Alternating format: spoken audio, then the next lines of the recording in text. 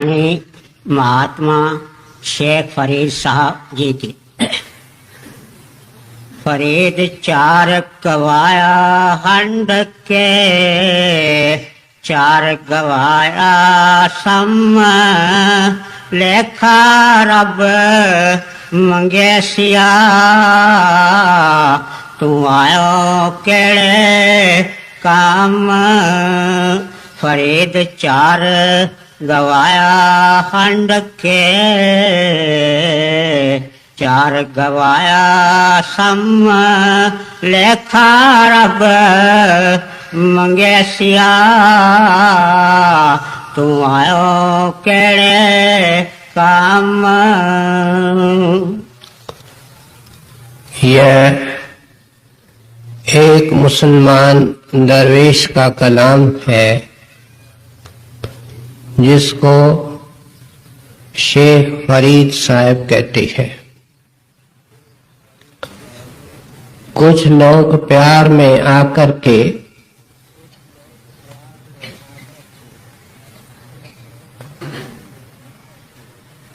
आपको बाबा फरीद भी कहते हैं। आपके जीवन के संबंध में कहा जाता है कि आज से करीब 800 साल पहले मुल्तान, जो इस वक्त पाकिस्तान में है, इसके पास एक गांव में आपका जन्म हुआ। इनका पूरा परिवार धार्मिक वृत्ति वाला था। आपके माताजी ने इस होनहार बालक के अंदर बचपन में नमाज पढ़ने की आदत डालने की कोशिश की। हम जानते हैं कि जब हमारे मुसलमान भाई नमाज पढ़ते हैं तो कोई चादर चटाई बिछा करके उसके ऊपर बैठ करके पढ़ते हैं। आपकी माता छुपके से एक शक्कर की पुड़िया आपके चटाई या मुसल्ले के नीचे रख देती थी और नमाज के बाद बच्चे को शक्कर की पुड़िया मिल जाती थी। बच्चा सोचता था कि खुदा देता है। जब गांव से निकल करके मुल्तान पढ़ने गए तो उन्होंने इस खुदा के रहमत का जिक्र अपने साथियों के साथ किया। वे भी इनके साथ चल पड़े। उन्होंने भी आकर के सैन के अंदर अपनी अपनी चटाई, अपना अपना मुसल्ला बिछाया और नमाज पढ़ना शुरू कर दिया। इत्तेफाक से आपकी माताजी वहां से निकली। वह देख करके दंग रह गई कि ये तो सब साथियों को ले आया है और इस ख्याल से कि खुदा उनको शक्कर की पुड़िया देगा। मैंने तो सिर्फ इसके चटाई के नीचे पुड़िया रखी है।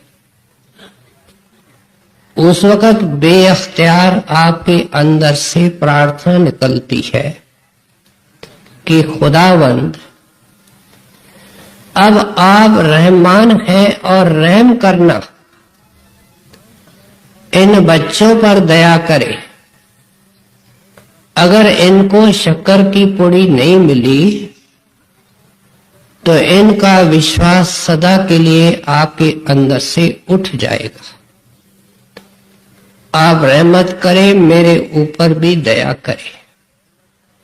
कहते हैं जब बच्चे नमाज से फारिग हुए तो सबको शक्कर की पुड़िया मिली।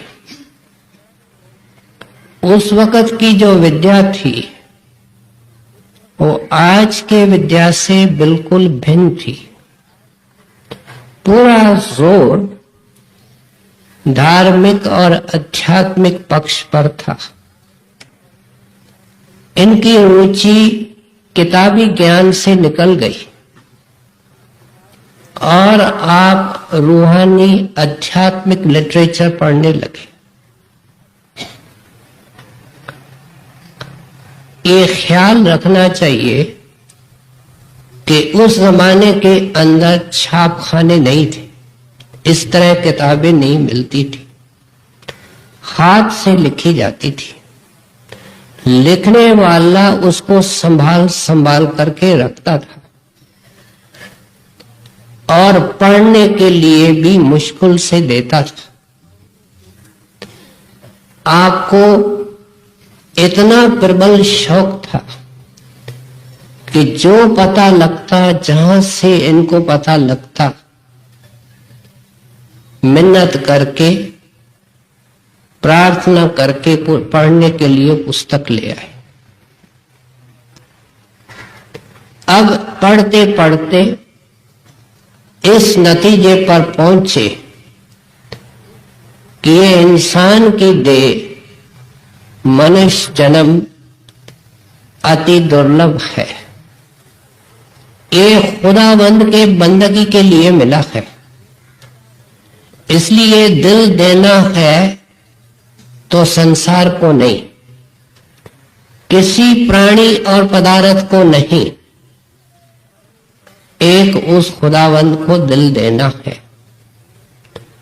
अब साधु फकीर की खोज होने लगी। जो कुछ पढ़ा था उसके अनुसार खोज की। आपके कलाम या वाणी से पता चलता है कि आपको प्रारंभ के अंदर सब प्राणायाम करने वाले, जिसको मुसलमान कहते हैं हफ्स से दम, क्या प्राणों को रोकना, रोक करके उनकी अवधि बढ़ाना, बल्कि कहना पड़ता है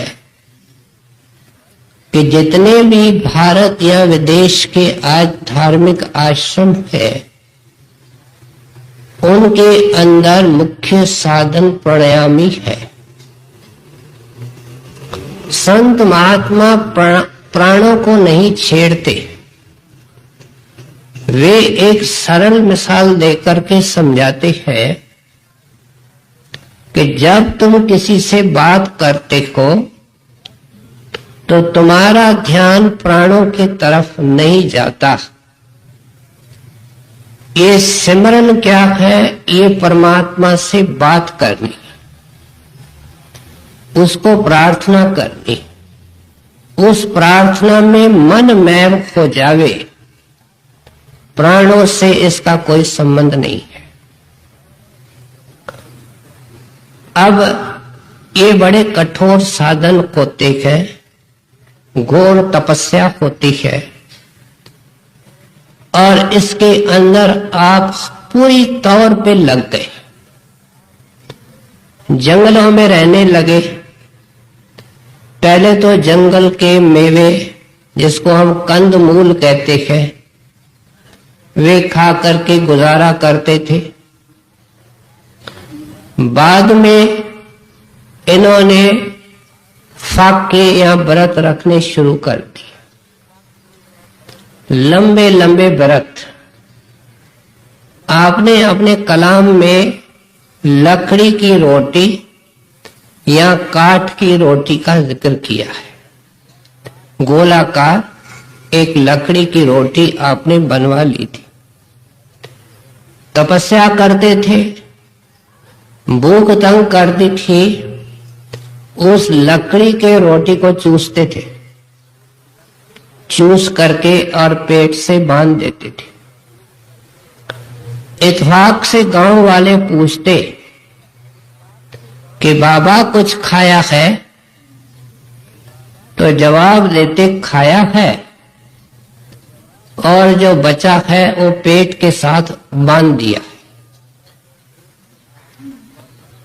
अब आप खुद सोचो, रात और दिन तपस्या और रियाजत, दूसरी तरफ इतने व्रत और फाके, आपकी सेहत बिल्कुल खत्म हो गई, आप कमजोर और अति दुर्बल हो गए। ये केवल दिन को बंदगी नहीं करते थे, एक मुल्ला को इन्होंने कह रखा था कि एक पेड़ था ऐन कुएं के ऊपर पास में, उसके साथ एक रस्सा बांध दिया था और रस्से के दूसरे हिस्से को वह मुल्ला आपके पैरों को बांधता था और सारी रात उस खाली कुएं के अंदर उल्टा लट करके आप प्राणायाम करते थे। ये क्या है, नाम का जाप प्राणों से जोड़ करके करते। अब परमात्मा किसी की मजदूरी रखता नहीं, आपके अंदर कई रिद्धियां सिद्धियां शक्तियां आई, लेकिन काया अति कमजोर और क्षीण हो गई। प्रैक्टिकली मृतक की तरह बन गए। अब कौए देखते हैं कि ये मजबूत है, करीब करीब मरने वाला है, वे आकर के आपके मांस को नोच नोच करके खाते। आपके अंदर इतनी शक्ति नहीं है कि हाथ को हिला सके, पैर को हिला सके और कौए को भगा सके। जब आप पूर्ण दरवेश हो गए और ये कलाम लिखा, तो इन्होंने अपने कलाम के अंदर पिछड़े रियाजत का और तपस्या का, माफ करना, जिसका पैरेलल और मिसाल दुनिया के इतिहास में बिल्कुल कम मिलती है, लिखा है। एक जगह लिखते हैं, रोटी मेरी काठ की, लाइन मेरी बुक, जना खादी चौपड़ी, गणे सैनगे दुख। फिर उस कौवे का जिक्र करते हैं। आप देखते हैं, कागा करंग डंडोलिया, तूने मेरे शरीर को ढूंढ लिया है, सगलो खायो मांस, इसमें था क्या, हड्डियां थी, पहले ही पिंजर था, लेकिन जो कुछ मांस था वो भी तूने खा लिया। एक अरदास करते हैं, एक दो नैना मत छुयो, एक कौवा इन दो आंखों को मत छेड़, क्यों, फिर देखने की आस, इनके अंदर खुदावंद के दर्शन की आशा है। इस तरह का घोर तपस्या, प्रचंड तपस्या और रियाजत का आपका बैकग्राउंड रहा। कुछ अरसे के बाद इन्होंने महसूस किया कि मंजिल बहुत दूर है, मार्ग बहुत अंदर में लंबा है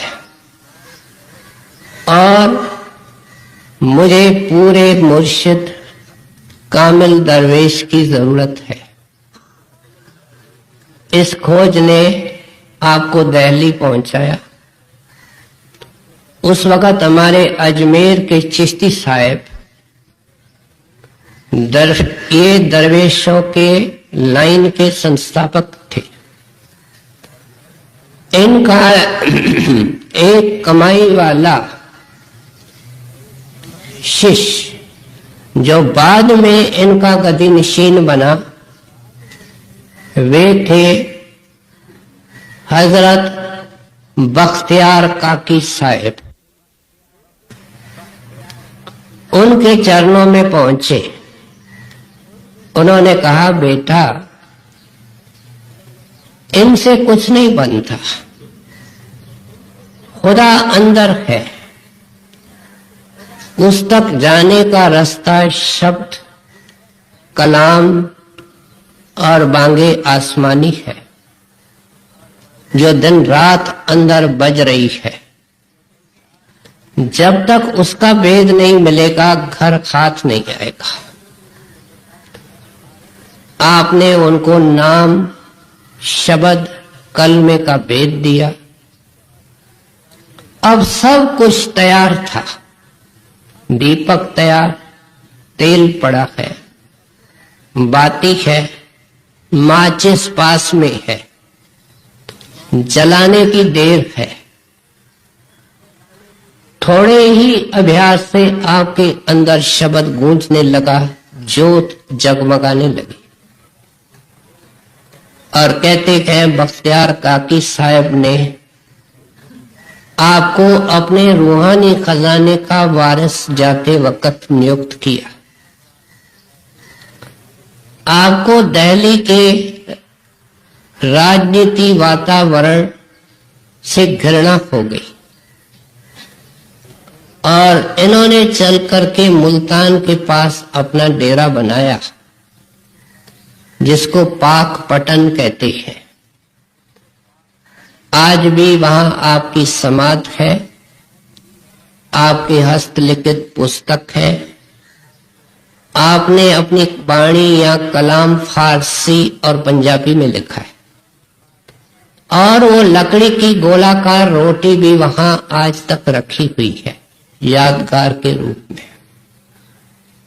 इस दरवेश के कुछ श्लोक, जिसको हिंदी में हम दोहे कहते हैं, आज हम सुनने लगे हैं। आपके जीवन को हमने अभी सुना,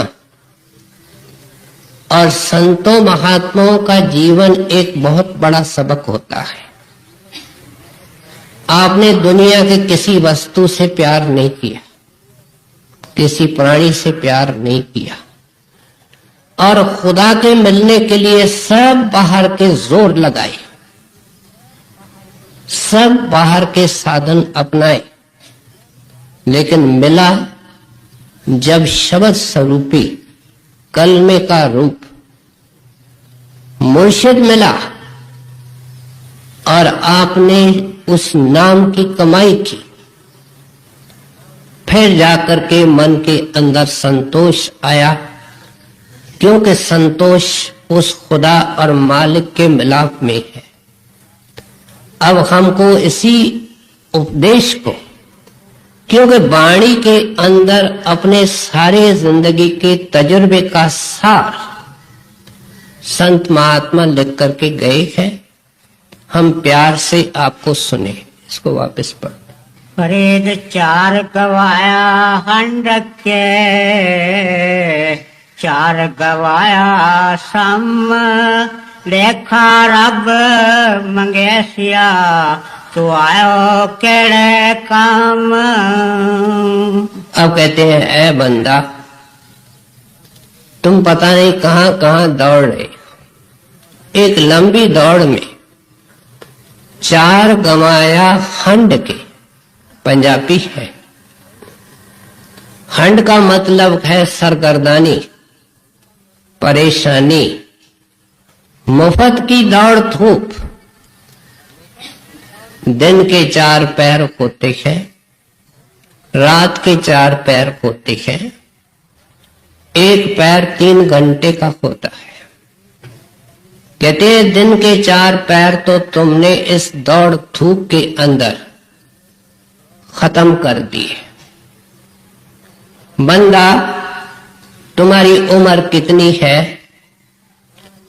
30, 40, 50। आज वह जिंदगी क्या है? एक सपना, एक लंबा सपना, और तुमने फिजूल इसको बर्बाद कर दिया। 4 गवाया खंड के। संतों के वाणी में हमको मृग और रेगिस्तान की मिसाल मिलती है। कि मृग को रेगिस्तान के अंदर प्यास लगती है। रेगिस्तान में पानी होता नहीं, लेकिन वह भ्रम में खोता है। रेती के ढेर होते हैं, उस रेत पर सूरज की धूप पड़ती है, चमक पड़ती है। दूर से हिरन को वो पानी का चश्मा प्रतीत होता है, वह दौड़ता है, पानी है नहीं। वह चश्मा पीछे हटता जाता है, सीध करता है, और वह हिरन दौड़ दौड़ करके उसमें मरता है। इस कलाम का भाव क्या है कि ऐ बंदा, उस रेगिस्तान के अंदर जैसे हिरन मरता है, इस तरह तुम लाखों बार इस दुनिया के चक्कर में मर चुके हो। अब तुमको मौका मिला है, तुमको वापस उस खुदावन ने बड़ी मुद्दत के बाद मौका मिला है। हमारे सारे हिंदू, मुसलमान, ईसाई इस शास्त्र, इस नुक्ते पर एक राय है कि ये मौका दुर्लभ है और खुदा की भक्ति के लिए मिलता है। इसके बारे में कोई शास्त्र दो राय नहीं रखता, मानो किसी जाति का। अब कहते हैं 4 गंवाया सोए, दिन भर का थका, परेशान, अशांत। क्योंकि जब आम आदमी सुबह को आंख खोलता है तो ख्याल के ऊपर ख्याल, साथ में काम के ऊपर काम, अपना सिर खड़ा करते हैं। ये दौड़ता ही रहता है, एक काम को छोड़ के दूसरे, तीसरे, सबको उसने लिस्ट पे चढ़ाया है। और जब ये इसकी हालत होगी, कुछ बनता है, कुछ बिगड़ता है। किसी राजा महाराजा के भी सारे काम नहीं बनते हैं। और एक थका हुआ और निराशा के कांटे लेकर के रात को आकर के सोता है। हंसता कौन सोता है आज के जमाने में? चिंता के कांटे, दुख के आंसू लेकर के हर एक सोता है। कहते हैं बेखबर पशुओं के तरह सो जाता है। 4 सुबह के दिन के चले गए, 4 रात के चले गए। आगे क्या होगा बंदा? लेखा रब मंगेसी, तू आयो केड़े कम। तू अकेला नहीं है, तुमको प्राण दिए है, प्राणों का पति है। तुमको खजाना मिला है, खजाने के देने वाला है। अगर बाप किसी को 10 लाख रुपया देता है और कहता है विलायत में जाकर के व्यापार करो, और वह रेसिस के अंदर जुआ करता है और ऐशो अशरत के अंदर पैसे लुटाता है, खाली हाथ पिता के पास आता है, मिलेगा कोई ऐसा बाप जो वापस पूंजी उसको देवे? इस तरीके से परमात्मा ने ये मनुष्य दे दी। अब ये देह मिली कृपा कर, बड़ी दया है उसकी। करो भक्ति जो कर्म दखा, जो कर्मों की दीवार है, जिसने खुदा को छिपा के रखा है। तेरे अंदर आत्मा, तेरे अंदर परमात्मा, कर्मों की दीवार ने उसको छिपा रखा है। इसको गिराने के लिए मिला है और मिलेगी गिरेगी भक्ति से। कहते हैं ये हिसाब मांगा जाएगा कि मैंने तुमको मेला देखने के लिए भेजा था, तुम मेले के अंदर उलझ गया, असली काम को भूल गया। कहते हैं तेरे सारे कर्मों का कंप्यूटराइज लेखा तेरे सामने रखा जाएगा, फिर नरकों की सजा, 84 की सजा मिलेगी। उस वक्त तू बड़ा मजबूर होगा। इंसान होकर के तू मजबूर है। कभी गाय के तरफ देखा, भैंस के तरफ देखा, मालिक बांध देवे, किसी काम को चला जाए, धूप हो जावे, और मैं जून की धूप हो, जलती है लेकिन बोल सकती है, अपना दुख दूसरे तक ला सकती है। इंसान जो कहता है मैं मजबूर हूं, उसको तो बहुत खुले कई अधिकार है। चिल्लाता है, चीखता है, मदद के लिए पुकारता है, यत्न करता है। कहते हैं ये सब किस लिए था? उस असली काम को तू भुला करके आया है। हमारे शास्त्रों में एक दृष्टांत है कि एक निहायत मजबूर इंसान था, उसको सबने ठुकरा दिया। आकर उसने बादशाह के महल के खाते तक आना शुरू किया, जहां तक उनकी एक्सेस थी। आकर के हाथ जोड़ करके सोच से अरदास करनी कि राजन आपके पास क्या कमी है, मुझ गरीब पर दया दृष्टि करो, मेरी मदद करो। बादशाह अंदर बैठा, ये पुकार करके चले जावे, इसने ये रोज का नियम कर दिया वर्षों तक। एक दिन बादशाह ने वजीर को कहा, वजीर सुन, जिसकी आवाज ये नीचे से आ रही है, ये वर्षों से मेरे खाते तक आता है। एक ही सदा, एक ही पुकार, मदद। मजबूर हूं, लगता है बहुत लाचार है, मेरा दिल इस पर मेहरबान हो चुका है। एक चंदन का बगीचा अपने पास अनेक है, इसके हवाले कर दो, चाबी इसके हवाले। हुक्म की तामील हो गई।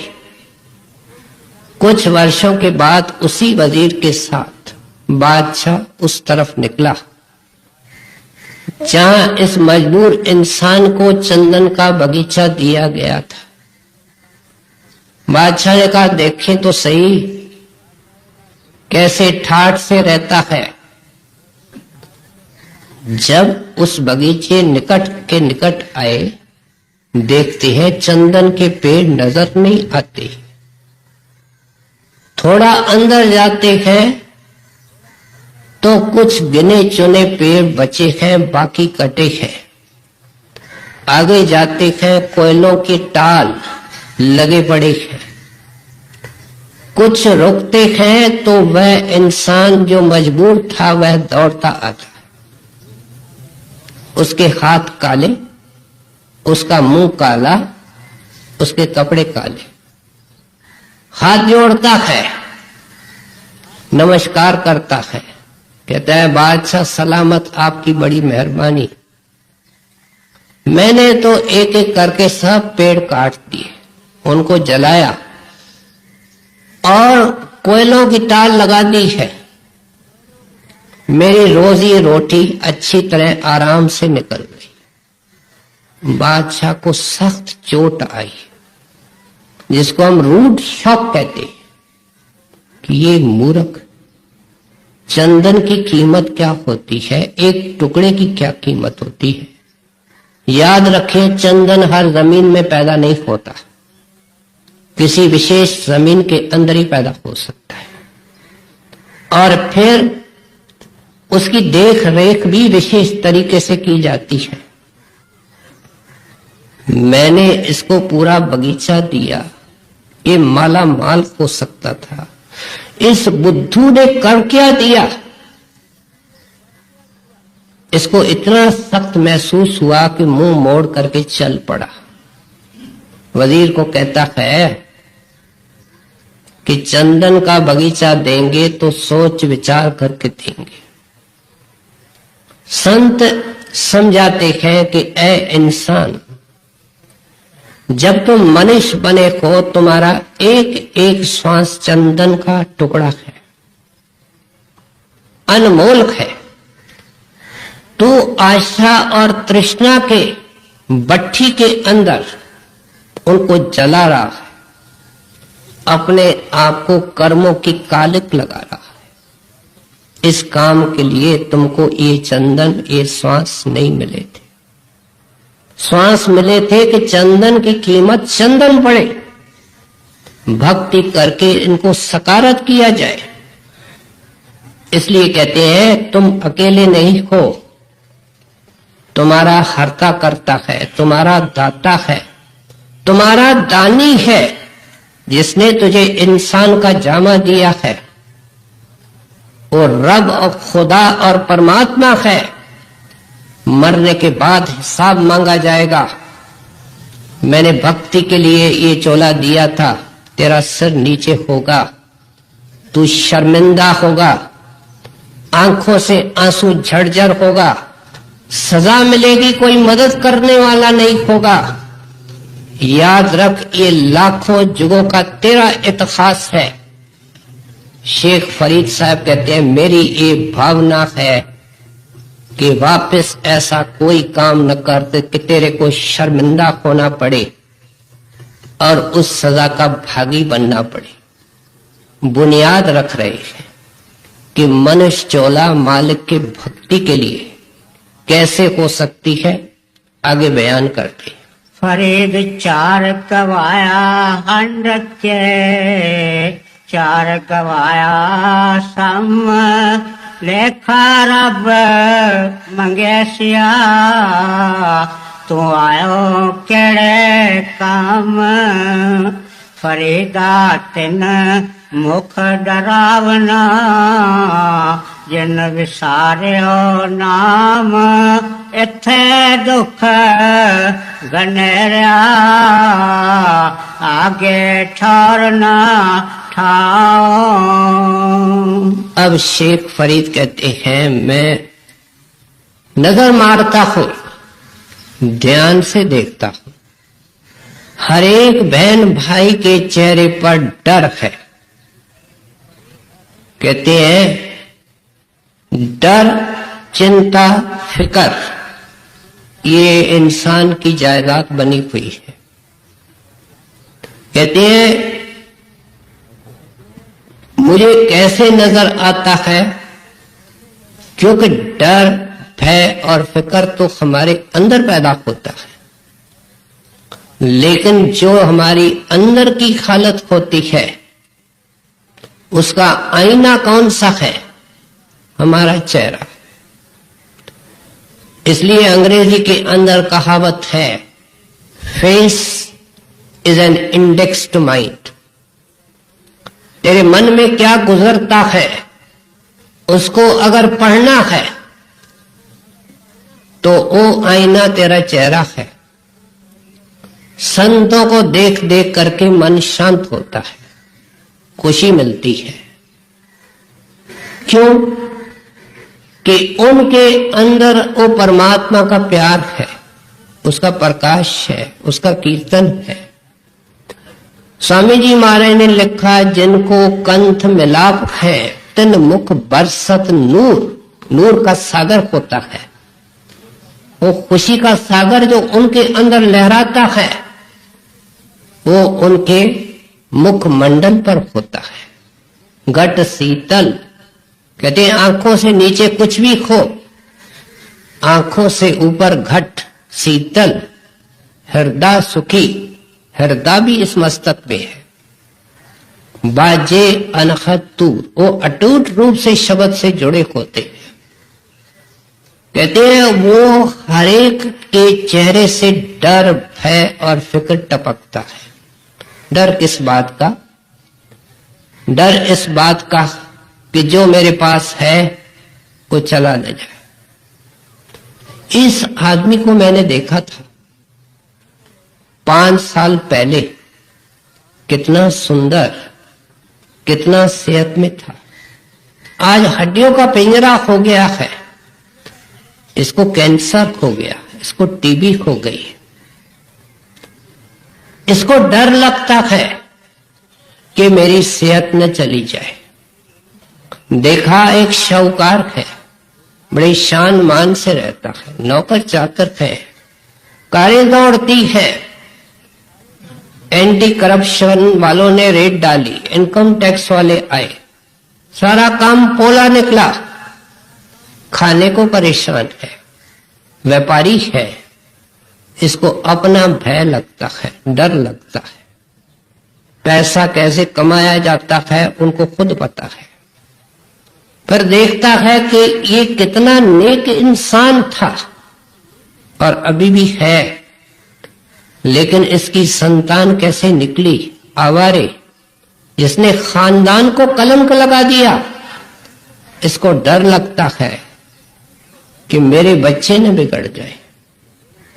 फिर दूसरा डर किस बात का है कि जो काम ये आरंभ करता है उसमें ये चाहता क्या है कि कामयाबी मिले, कोई असफलता नहीं चाहता।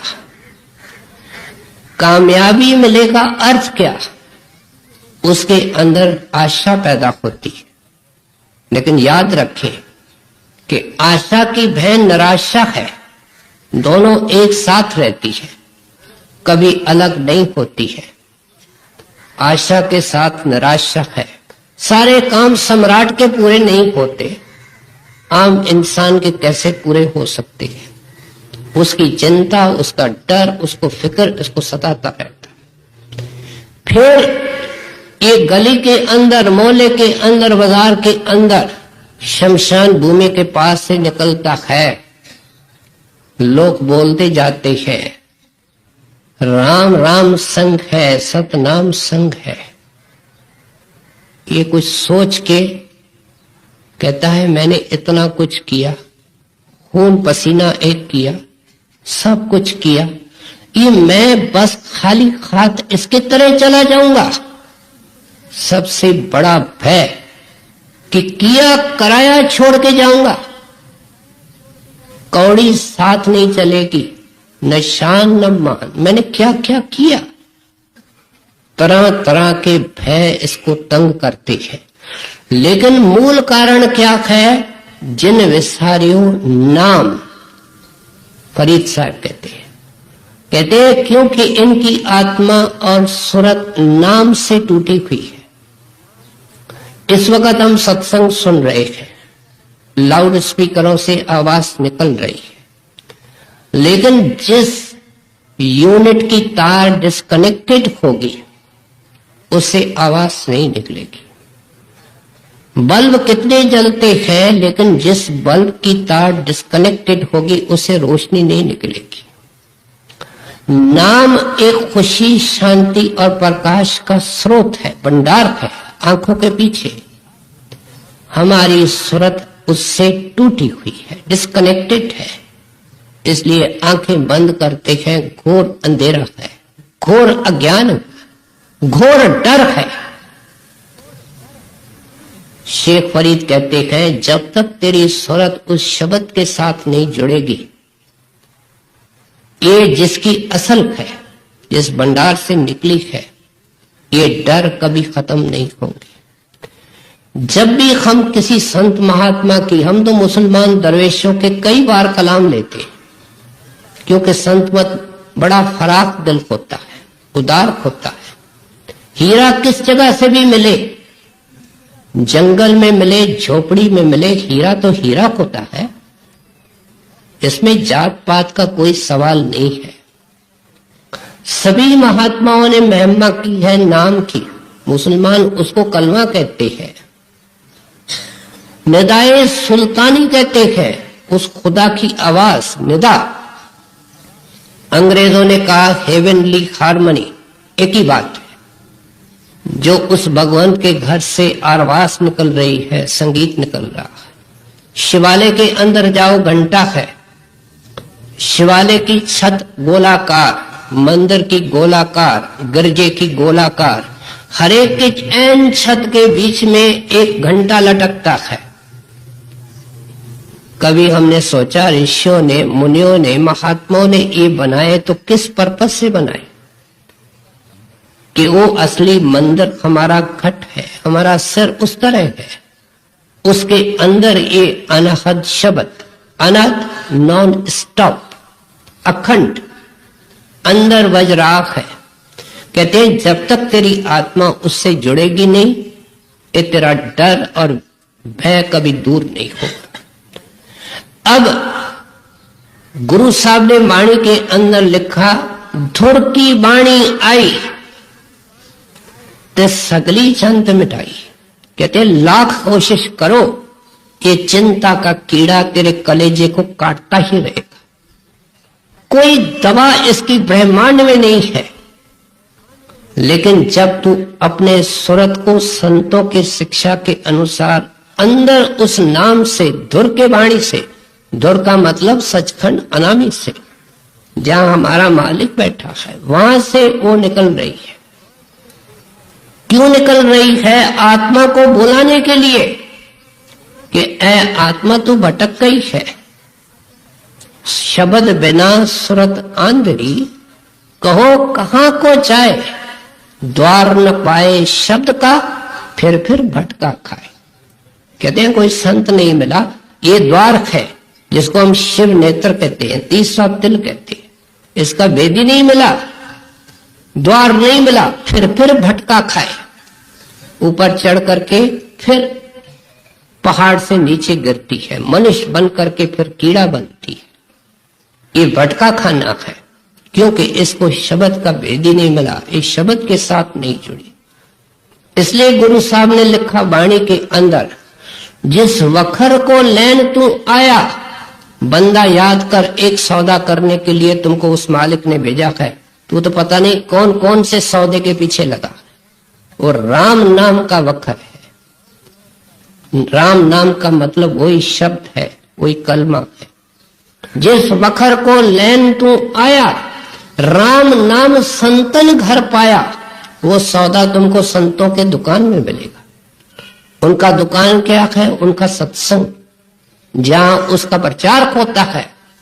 फिर संत दया करके भेद देते हैं और रहमत करके थोड़ा बहुत ये यत्न करता है, तो उसको उसके साथ जोड़ करके खुशियों का भागी बना देते हैं। कहते हैं ये है जड़, ये है मूल कारण तेरे दुखों का और चिंताओं का, और इस तरीके से उसका निवारण हो सकता है जब तेरी सूरत शब्द के साथ जुड़ेगी। फरीदा तिन मुख डरावना, जिन विसारियो नाम, इथे दुख कनेरिया, आगे ठौर ना ठाओ। फरीदा मैं जानिया दुख मुझको, दुख सवाया जग, ऊंचे चढ़ के देखा, ता घर घर यहा आग। कहते हैं हर एक सफेद कपड़ा पहनता है, बाहर से चमक दमक है, लेकिन ये सब क्या है? ये सब पट्टियां हैं उन जख्मों को छिपाने के लिए जो हमारे अंदर है। कहते हैं मैं बड़ी ऊंची जगह से देख रहा हूं, घर घर एहो अग, सबके अंदर आग जल रही है। कोई तन करके दुखी है, तन करके कौन सुखी है? एक एक रोग सबको लगा हुआ है, हर एक परेशान है। मन करके तो मन किसी को बैठने ही नहीं देता है। ये भूतों का सरदार है, जिसको एक भूत लग जाए वो शांति से नहीं बैठता। कहते हैं शांति कहां, सुख कहां, इसको तो नचा रही है। सूरदास ने हाथ जोड़ करके भगवंत के आगे प्रार्थना की, अब मैं नाचो बहुत गोपाल, ऐ भगवंत अब कृपा करो। इस मन ने मुझे बहुत नचाया, लाखों जुगों से नचाया, अब इस नाच को खत्म कर दो। आप मेरी उंगली पकड़ के अपने चरणों की शरण दे दो। जो अंदर गए हैं उनको पता है हमने कितना नाचा है, हम कहां से आए हैं, क्या करके आए हैं, क्या भोग के आए हैं। कहते हैं ये आप दूर क्यों जाते हो? शेख फरीद कहता है मैं बैठा हूं आपके सामने, मैं एक महादुखी इंसान था। आपने तो कलाम के अंदर यहां तक लिख दिया है, कभी कभी बंदगी करते हुए खुदा नहीं मिलता तो आदमी निराश हो जाता है। निराशा की घड़ियों में क्या लिख बैठते हैं कि ऐ खुदावंद, आपने मुझे दुनिया में क्या इस दुखों के भट्ठी के अंदर झोंकने के लिए भेजा है? यहां तक लिख देते हैं बेहतर होता जब मैं पैदा हुआ तो मेरी दाई ने जब नाभि से नाला काटा था, मैंने जन्म लिया था, उस वक्त मेरा गला काट देती तो मैं इन जंजालों से बच जाता। मैंने इतने दुख भोगे हैं। अभी हमने इतिहास आपका सुना, हमने तो इन दुखों का एक हिस्सा नहीं भोगा है, खुदा के मिलने के लिए एक हिस्सा कुर्बानी नहीं की है। लेकिन कहते हैं जब बख्तियार काकी के साहिब गए, मुर्शिद ने साफ समझाया। कहते हैं देख सामने पहाड़ है, इस वक्त कितनी नीचे गर्मी पड़ती है, लेकिन जो हिम्मत करके खर्च करके ऊपर चले गए हैं, पहाड़ पर ऊपर बैठे हैं 6-7 हजार फुट के ऊंचाई पर, वो सुखी है, उनको गर्मी नहीं लगती, तेरे सामने है। इस तरह ये शरीर भी एक पहाड़ी है, आंखों तक चिंता है, परेशानी है, गर्मी है। ऊपर जाएंगे जिसका इशारा अभी हमने सुना, तो क्या होगा? तू उस गर्मी से बच जाएगा। स्वामी जी महाराज ने वाणी के अंदर लिखा, 9 द्वारन में बंद रही, अब चैन नहीं एक श्वास। कहते हैं आंखों से नीचे एक श्वास भी किसी को चैन।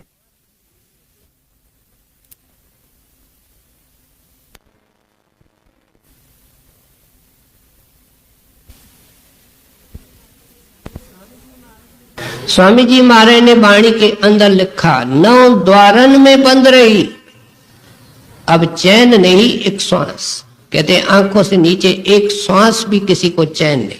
सत्संगी बेआराम है जिसको सारे खुशियों की चाबी मिली है। और कैसे सुखी हो सकते हैं? 10वीं खिड़की खोलनी। कहते हैं जहां शांति है वहां जाने की कोशिश नहीं करते हो, जहां शांति मिल नहीं सकती है वहां शांति के तलाश में लगे हुए हो। अजीब अकल के मालिक हो। 10वीं खिड़की खोलनी कर परम बिलास। कहते हैं बिलास नहीं, जहां से सारे बिलास निकले हैं, खुशियां निकली है, उनका भंडार तेरे अंदर है। 10वीं खिड़की के पीछे, 10वें द्वार के पीछे, 30 तिल के पीछे।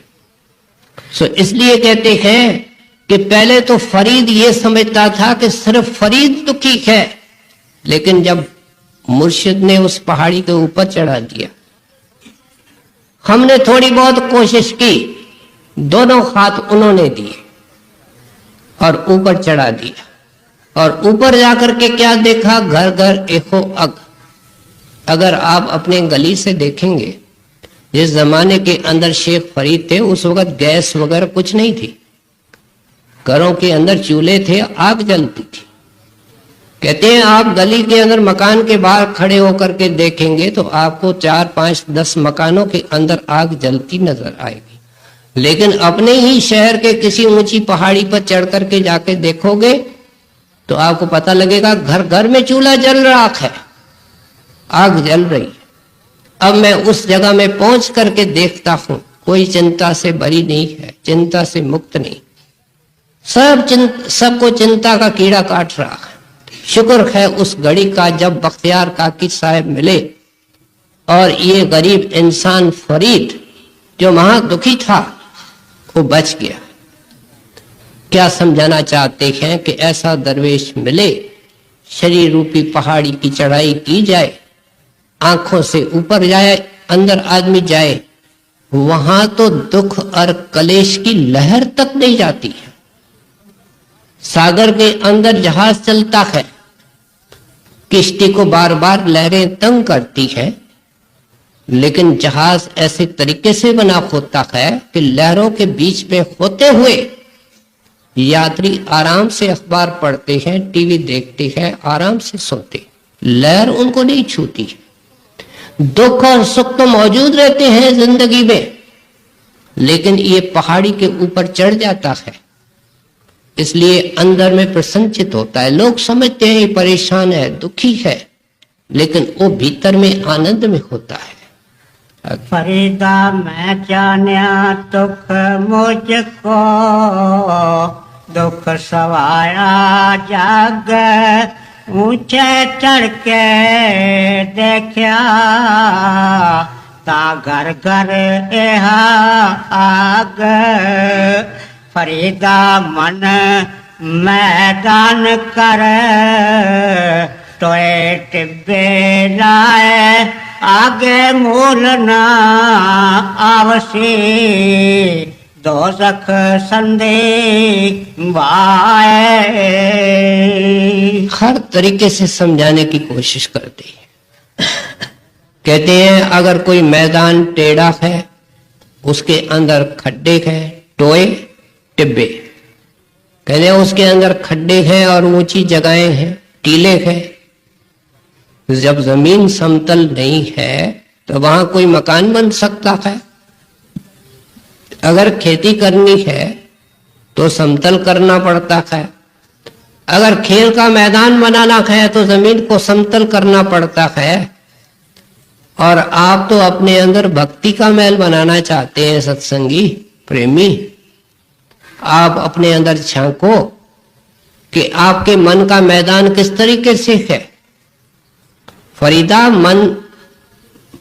ये मन का जो मैदान है उसके अंदर टोए है, डिब्बे है। क्या डिप्रेशंस है? वो क्या है? आपकी कमियां, आपकी कमजोरियां, आपके अवगुण। कहते हैं जहां अवगुणों के खड्डे लगे पड़े हैं वहां भक्ति की महल की फाउंडेशन तक कहां पैसे पड़ सकती है। इसलिए कहते हैं पड़ताल कर। हम पता नहीं कितने कितने हिसाब किताब रखते हैं, लेकिन कोई अलग एक डायरी बनाई। इन महात्माओं की इतनी बार वाणी सुनते हैं जिसमें पहले अपने नुक्स लिखने शुरू करें।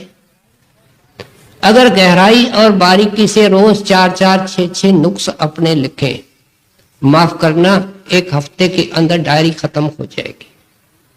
हमारे अंदर बेअंत नुक्स हैं, लेकिन जब कोई इंसान कहता है तुमने गलती की, कहते हैं हमारे अंदर कोई नुक्स नहीं है। अगर सत्संगी कहता है मेरे अंदर कोई नुक्स नहीं है, तो उसकी एक निशानी है कि आंख बंद करने से गुरु जी का दर्शन होना चाहिए। उसके अंदर बराबर कोई नुक्स नहीं है, हम उसको नमस्कार करते हैं। इसकी ये निशानी है। अगर अंदर अंधेरा है तो वो गुनाहों का अंधेरा है, नुक्सों का अंधेरा। इसलिए कहते हैं जांच करके, गिन गिन करके, देख देख करके एक एक अवगुण को छोड़ता जा। जब एक अवगुण को छोड़ने का ये संकल्प करेगा, अवगुणों का झुंड उसके साथ निकलता है। जब एक गुण को अपनाने की ये कोशिश करेगा, अनेक गुण उसके साथ ऑटोमेटिकली आते हैं। कहते हैं तुम तो पता नहीं अलबेला बेपरवाह ऊपर ऊपर से चलता है, अपने नुक्सों पर नजर नहीं।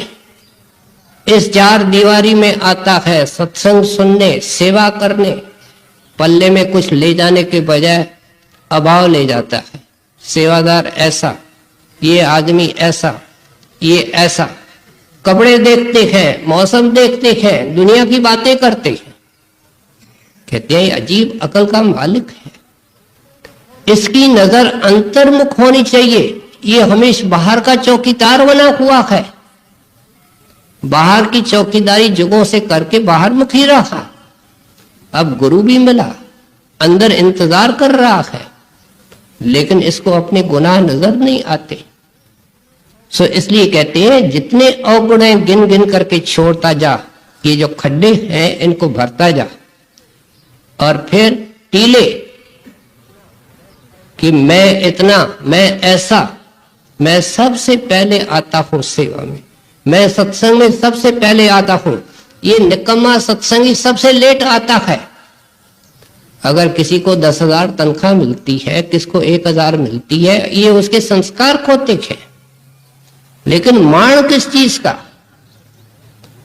इसलिए कहते हैं कबीर साहब एक बड़ी सुंदर मिसाल देकर के देते हैं। दरवेशों और फकीरों ने तो ऐसी सुंदर मिसालें दी है कि देहात का आदमी, अनपढ़ माई, उसको भी समझ में आ सकता है। ऊंचे पानी ना टिके, नीचे ही ठहरा है। कहते हैं तुम ऊंची पहाड़ी के ऊपर अपने हाथों से पानी की डोल या बाल्टी फेंकने की कोशिश करो, ये तेरी कोशिश है।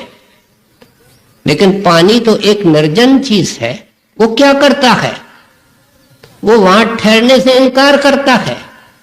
ऊंचे पानी ना टिके, नीचे ही ठहरा है, वो बह करके नीचे आता है। इसलिए कहते हैं नीचे खोए सो भर पिए। तू कभी नीचा हुआ ही नहीं तो पिएगा क्या? और तुम्हारी हालत क्या है? ऊंचा प्यासा जाए तो सदा प्यासा ही प्यासा है, तेरे पल्ले कुछ भी नहीं। ये 4 कौड़ियां जो ये रात दिन इकट्ठी करने के लिए अंदर लगती है, इसको तो संतों ने कौड़ियां कही है, रत्नों की तरफ इसका ध्यान नहीं। और अगर थोड़ा बहुत सुनता भी है तो सत्संग के बाद इसकी झोली खाली होती है, दुनिया की बातें करके उसकी बातें करके खत्म कर देता है। एक बात शेख फरीद के कलाम से लेके चले, उसके ऊपर चिंतन करे, उसका मनन करे, उसके ऊपर अमल करे। ये संत दावा से कहते हैं आज जीवन बदलना शुरू हो सकती। करने को तैयार नहीं है, करने को इनकार करते हैं, संतों से सहयोग नहीं करते हैं, बार बार कानों में उनकी आवाज पड़ती है, हम कानों में रुई डालते हैं। कहते इसका क्या उपाय है? इसलिए कहते हैं इतना जो घमंड तू करता है, मेरे जैसा कोई नहीं, तेरे जैसे बड़े राजे महाराजे आज खाक और खाक की मुट्ठी बन चुके हैं, तू है कौन? तेरी असलियत क्या है? क्या तू दुनिया में ले आया, क्या दुनिया से ले जाएगा? जिसका है उसका है, तुम्हारे नाज नखरे मान शान किस बात के हैं? सो इसलिए समझाते हैं कि ऐसे करने से ही भक्ति का मैल तेरे मन के अंदर बन सकता है। फरीदा मन में दान कर तो टिब्बे लाए, आगे मूल न आवसी दोजक संदीप आए। रूखी सूखी खाए के ठंडा पानी पीव, फरीदा देख पराई चौपड़ी ना तरसावे जीव। हमने अभी सुना अगर कोई दुनिया में चौकीदार ढूंढना हो तो सब हम चौकीदार हैं। हम चौकीदार और के हैं, संत हैं अपने चौकीदार। बार बार समझा रहे अपने चौकीदार बनो। हम क्या हैं? औरों के चौकीदार। कहते तू देखता है पड़ोसी के घर में क्या है, बाजे बज रहे हैं, बड़े शान मान से रहते हैं, बढ़िया फर्नीचर है, सब तरह के सवारी के साधन है, नौकर चाकर हैं, पता नहीं क्या क्या ठाठ से रहते हैं, पहनते हैं और खाते हैं। लेकिन फरीद साहब कहते हैं तू तो भगत बनने वाला है, तेरा दर्जा तो कुछ और है, इसलिए तू क्या कर, उनके मालपुड़ों की तरफ मत देख, उनके शान मान के तरफ मत देख। तू क्या कर, रूखी सूखी खाए के ठंडा पानी पी। तू तो भक्ति के लिए पैदा हुआ है और तेरे ऊपर दया हो गई है। तेरे को गुरुदेव और मुर्शिद ने भक्ति करने की रीत भी सिखा दी है। तेरे भाग क्यों ओछे बन रहे हैं? तेरे को हुआ क्या है?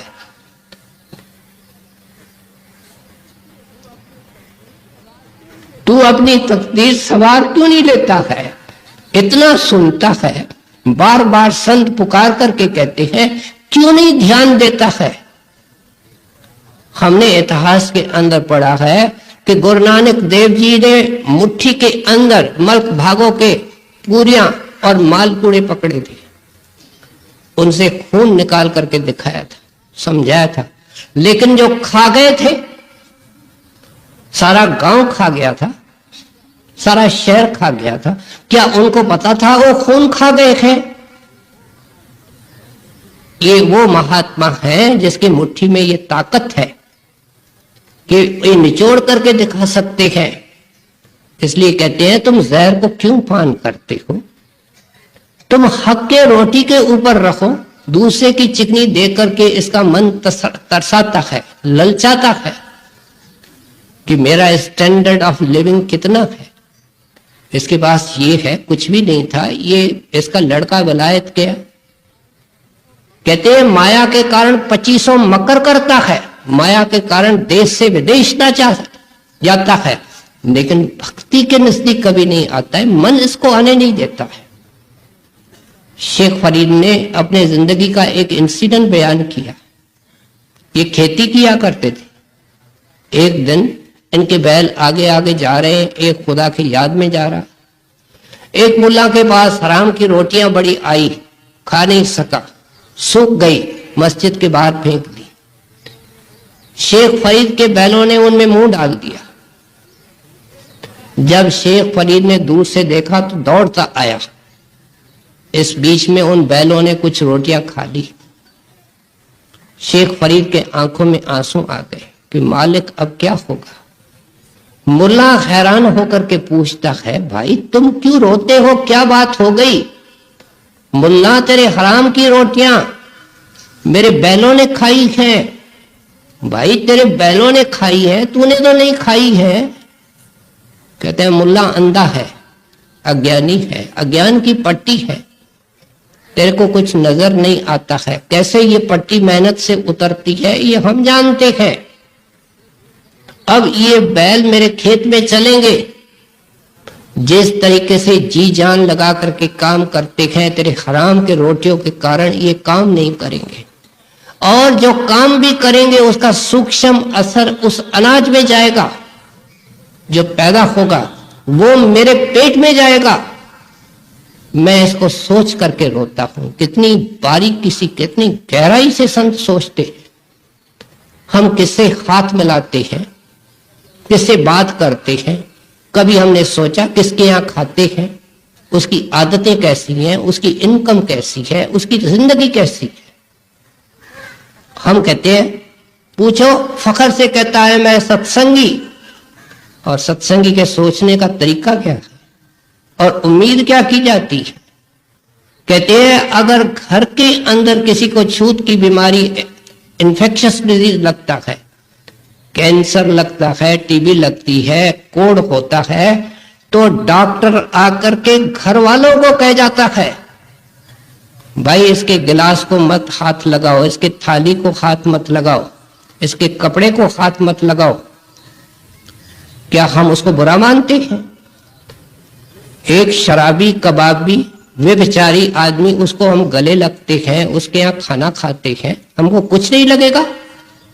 कोड़ी से कोड़ लग सकता है, टीबी वाले से टीबी लग सकती है और उसे कुछ नहीं लगता है। शेख फरीद ने उस मुल्ला को यही समझाया था। कहते हैं तू इधर इधर देखेगा मारा जाएगा, तुम पे अपनी नजर गुरु के शिक्षा और दीक्षा पर रख। जो तो हमको छोटी मोटी मिलती है, 2 रोटियां तो खानी है, सिर के ऊपर छत चाहिए, नाम की कमाई करनी है, तो आगा पीछा मत दे। तेरा गुरु बैठा है, सारे दुखों के दरवाजे तो बंद कर दिए, तू 84 में नहीं गिरेगा, नरकों के दरवाजे तेरे लिए बंद हुए, खुशी के खजाने तेरे लिए खुलने वाले हैं। तेरा ख्याल भी इतना ऊंचा होना चाहिए। रूखी सूखी खाए के ठंडा पानी पीवा, फरीदा देख पराई चौपड़ी, ना तरसावे जीव। फरीदा पुरेदा बना कर गुस्सा मना लड़ाए, दे रोग ना लग गई, पल्ले सब कुछ पाए। कहते हैं जो तेरे को दे के रोग लगे हुए हैं, अभी हमने सोचा कोई ऐसा शरीर है जो निरोग है? हम जरूर दूसरों से छिपाते हैं कि हमको कोई रोग नहीं है, लेकिन हमको कितने रोग हैं हम जानते हैं, कितनी हमारी शरीर की मजबूरियां हैं। मानो वो वैद्य हो, मानो वो डॉक्टर हो, मानो वो हकीम हो, उनको अपने रोग होते हैं। सो इसलिए कहते हैं देही रोग न लक्षी। ये तुमको तरह तरह के रोग लगते क्यों हैं? शेख फरीद साहब कहते हैं कर्मों के कारण तो लगते हैं, और वापस तू कर्म करता जाता है। जिस आग का तू सेक अभी भोग रहा है, वापस आग के तरफ मुंह करके छलांग लगाने की कोशिश करता है। क्या तेरे को अक्लमंद कहा जा सकता है? बुद्धिमान कहा जा सकता है? तू वापस अंधाधुंध कर्म करता है। करना क्या चाहिए? फरीदा बुरेदा भला कर। तुमको अपने तरफ देखना है कि मेरी राह फूलों की है, दुनिया के लोगों की राह कांटों की है। मेरा उसका क्या मेल है? वो क्या सोचता है, क्या करता है, क्या बोलता है? उसने कांटों के अंदर उलझ उलझ करके मर जाना है। मैंने फूलों के सड़क पे गुरु की उंगली पकड़ के चलना है। उनका और मेरा क्या मेल है? इसलिए कहते हैं वो बुरा करता है तो करने दो। ये मुश्किल नहीं, बहुत मुश्किल है, लेकिन सब कुछ मुश्किल है। अभी हम सुन के आए कि पहाड़ के ऊपर चढ़ करके ही गर्मी से बचता है, और पहाड़ के अंदर चढ़ने में दम फूलता है। मैदान में चलने में कोई तकलीफ नहीं होती है। दुनियादार का रास्ता तो बहुत आसान है, ये तो दुर्गम है। सो इसलिए आप समझाते हैं बुरे का भला कर।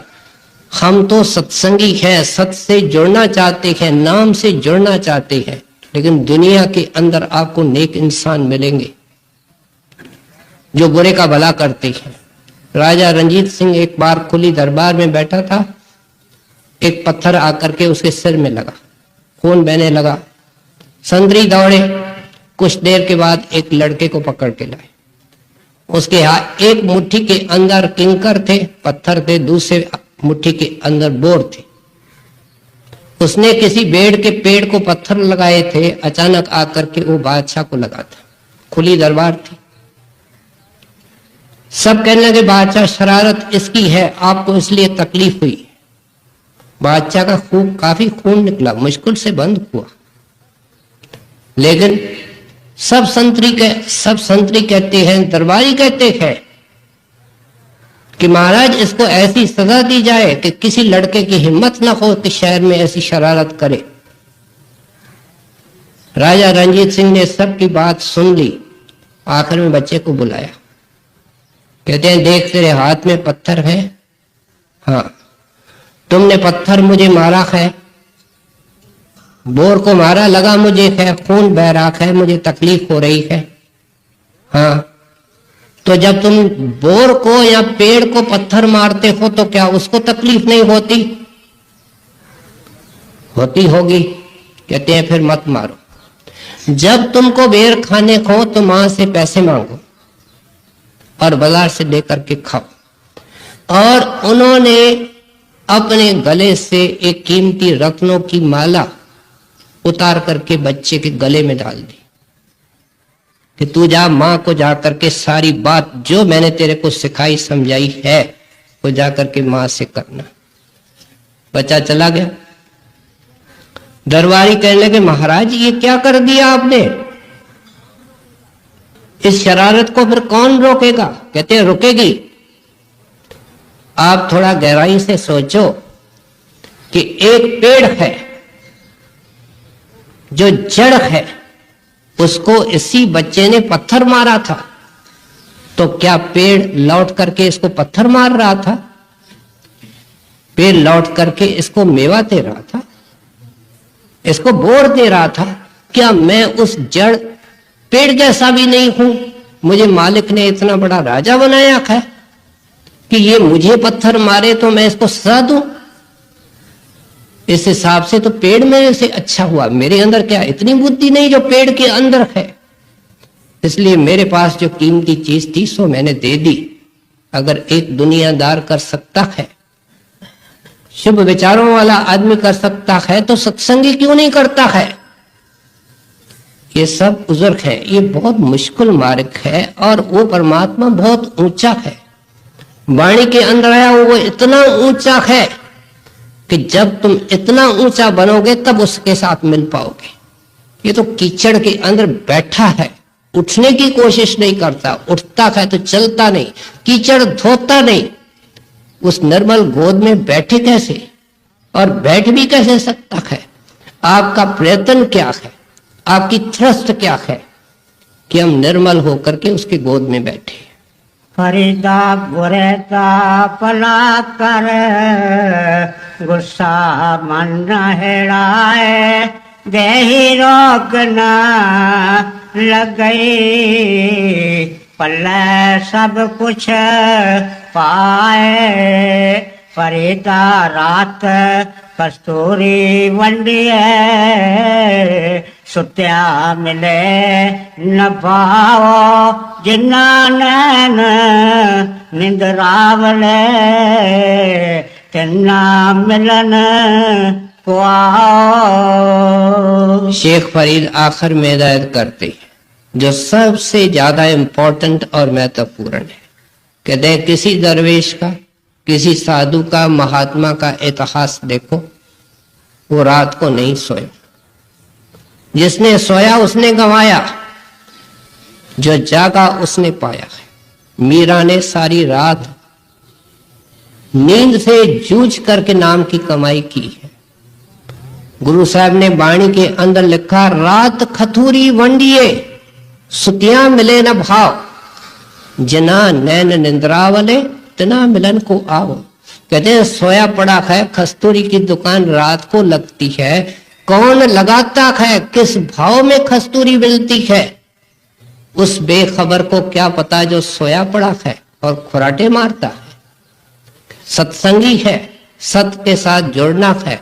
कहले तेरे लिए रात की नींद वर्जित है, फिसले पैर जाग करके जपे न गुरमत नाम। महात्मा चरणदास जी कहते हैं, मुंह फाड़े सोवत रहे ताको लागे पाप। कहते हैं सत्संगी तू कानून को जानता है, अभी क्या हम नहीं सुन रहे हैं? हमको अभी नहीं समझाया जा रहा है कि रात को पिछले पैर में सोना हमारा धर्म नहीं, हमारा फर्ज नहीं। कहते हैं इसलिए तू कसूरवार है। देहात का आदमी कोई अगर नियम तोड़ता है, कानून तोड़ता है, तो मैजिस्ट्रेट लीनियन भी उठ लेता है, ये अनजान है। लेकिन अगर पुलिस वाला तोड़ देवे, अगर कोई मैजिस्ट्रेट और मुंसिफ तोड़ देवे, इसलिए कहते हैं तेरे को ज्ञान की किरण मिली है, प्रकाश की किरण मिली है, तू इस तरह नहीं चल सकता, तू इस तरह बोल नहीं सकता, तू इस तरह सो नहीं सकता जिस तरह दुनियादार बेखबर होकर के सोता है। इसलिए कहते हैं रात को वो मालिक कस्तूरी की दुकान लगाता है, वो कस्तूरी की महक जब इसको आएगी, गुरु ने मुझे दीनी अजब जड़ी, ये शब्द हमने सुना है। वो अजब जड़ी क्या है? वो अजीब कस्तूरी है। पांचों नाग 2500 नागन सुंगत तुरत मरी। कहते हैं उस कस्तूरी की खुशबू पा करके काम क्रोध मर जाते हैं, 25 प्रकृतियां मत तर जाती हैं। इसको भूख प्यास तंग नहीं करती। कोई कैसा बोलता है ये मुस्कुराता रहता है। कहते हैं उस कस्तूरी की खुशबू इतनी आला है और मिलती रात को है। बड़े महाराज कहते थे हम दया की टोकरी लेकर के सुबह को 3 से लेकर के 6 बजे तक सबके पास जाते हैं, और देने के लिए टोकरी दया की कहो कस्तूरी की कहो एक ही बात है। लेकिन अफसोस तो ये है कि सत्संगी सोए पड़े होते हैं। अगर कोई जागता भी है तो खुराटे मारता है, नींद के झटके आ रहे हैं। अगर बैठा भी है तो दुनिया का चितवन कर रहा है, भजन बैठा है, दुकान को सोच रहा है, धंधों को सोच रहा है, अपने बच्चों को सोच रहा है, लड़कियों को सोच रहा है। कोई विरला प्रेमी होता है, उसको दे आते हैं, खूब दे आते हैं, लेकिन जो वापस लाते हैं उसका अफसोस होता है। हम तो सबको देने के लिए गए थे। महाराज ने अनेक बार इशारों में, किसी ने कहा महाराज आप हमारे घर में 10 साल के बाद आए हैं, तो महाराज ने कह दिया मैं तो रोज आता हूं, आप नहीं देखते तो मेरा क्या दोष है। सतगुरु कोई बाहर से थोड़ी आते हैं, इसके अंग संग होते हैं।